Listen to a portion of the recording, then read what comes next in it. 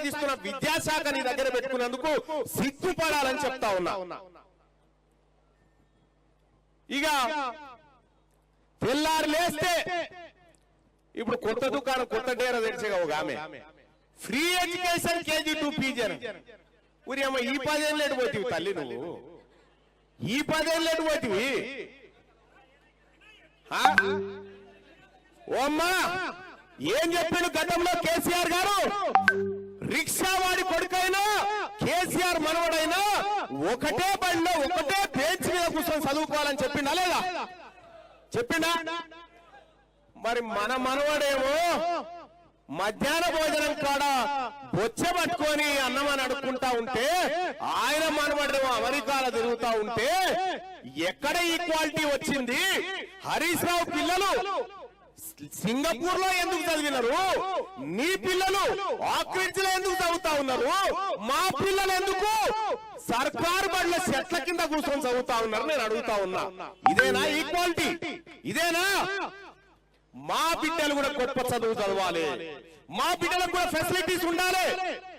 ఇలా ఢిల్లీలో ప్రతి 100 రూపాయలు ఖర్చు పెడితే 22 రూపాయలు ఎడ్యుకేషన్ కోసమే ఖర్చు పెడతా ఉన్నారు. హిమాచల్ ప్రదేశ్ లో ప్రతి 18 రూపాయలు ఎడ్యుకేషన్ కోసం ఖర్చు పెడతా ఉన్నారు. పక్క రాష్ట్రం ఛత్తీస్గఢ్ లో కూడా మనకంటే రెట్టింపు స్థాయిలో ఖర్చు పెడతా ఉంటే, ఈ మొద్దు ప్రభుత్వం, ఈ నిరక్షరాస్య ప్రభుత్వం తెలంగాణలో 7% మించి విద్య కోసం ఖర్చు పెడతలేదంటే మనం అర్థం చేసుకోవచ్చు. ఇప్పుడు ఇంటిగ్రేటెడ్ స్కూల్స్ కడతా అని చెప్తా ఉన్నారు ఆయన. ఏం ఇక్కడ ఉన్నటువంటి పెద్దోళ్ళందరిని అడుగుతా ఉన్న, సర్కార్ బాలనేగా చదివింది మనము? చెట్టు బాగలేకనైనా స్లాబ్ బాగలేకనైనా చదువు వస్తలేదు పిల్లలకు. చేస్తే తీరం తప్పిన పీనియ మోస్టోల్ మీద బయలుకు పోయినట్టుగా ఈయన ముఖ్యమంత్రిని చేస్తే 2023 నుంచి 2026 వచ్చే వరకల్లా 1200 సర్కార్ బడులను మూసేసాడు. 1200 సర్కార్ బడులను మూసేయగా 2600 ప్రైవేట్ స్కూళ్లకు పర్మిషన్లు ఇచ్చాడు. ఇది ప్రభుత్వం దగ్గర ఉన్న కథ. అందుకోసమే నేను చెప్తా ఉన్నా, మన బతుకులు మారాలంటే, మన పిల్లలకు ఫ్రీ ఎడ్యుకేషన్ రావాలంటే అది ఒక్క ప్రభుత్వం మార్పుతోనే సాధ్యం. పేద వర్గాల చేతుల్లోకి ప్రభుత్వం రావాలి, అప్పుడు మాత్రమే సాధ్యమవుతుంది అనేటువంటి విషయాన్ని తెలియజేస్తా ఉన్నా సోదరులారా.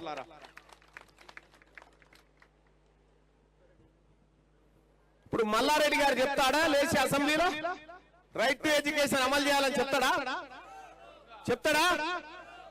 ఏమంటున్నాయన మైకు ముంగట, నాకెంత ఆస్తుందో నాకే తెలియదు. ఏడంగొచ్చింది ఆస్తి?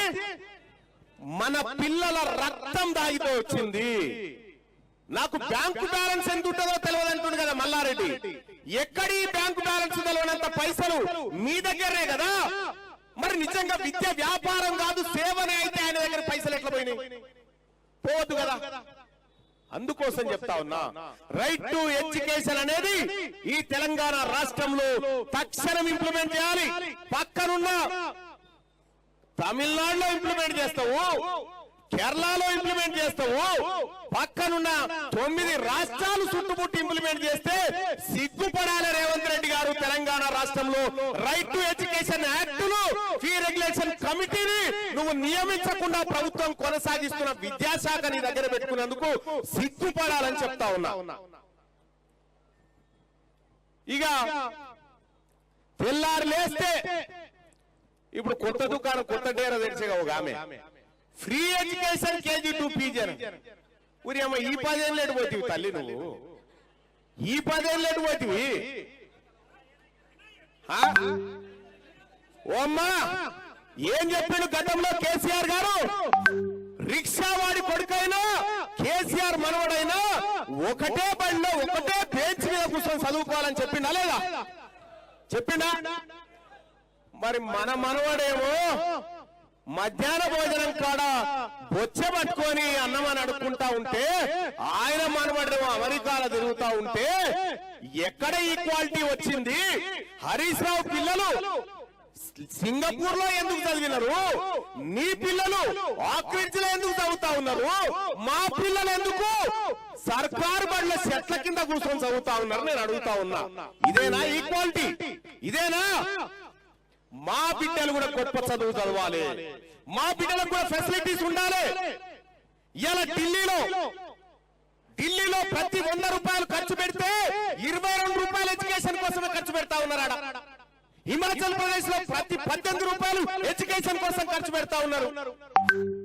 పక్క రాష్ట్రం ఛత్తీస్గఢ్ లో కూడా మనకంటే రెట్టింపు స్థాయిలో ఖర్చు పెడతా ఉంటే ఈ మొద్దు ప్రభుత్వం, ఈ నిరక్షరాస్య ప్రభుత్వం తెలంగాణలో 7% మించి విద్య కోసం ఖర్చు పెడతలేదంటే మనం అర్థం చేసుకోవచ్చు.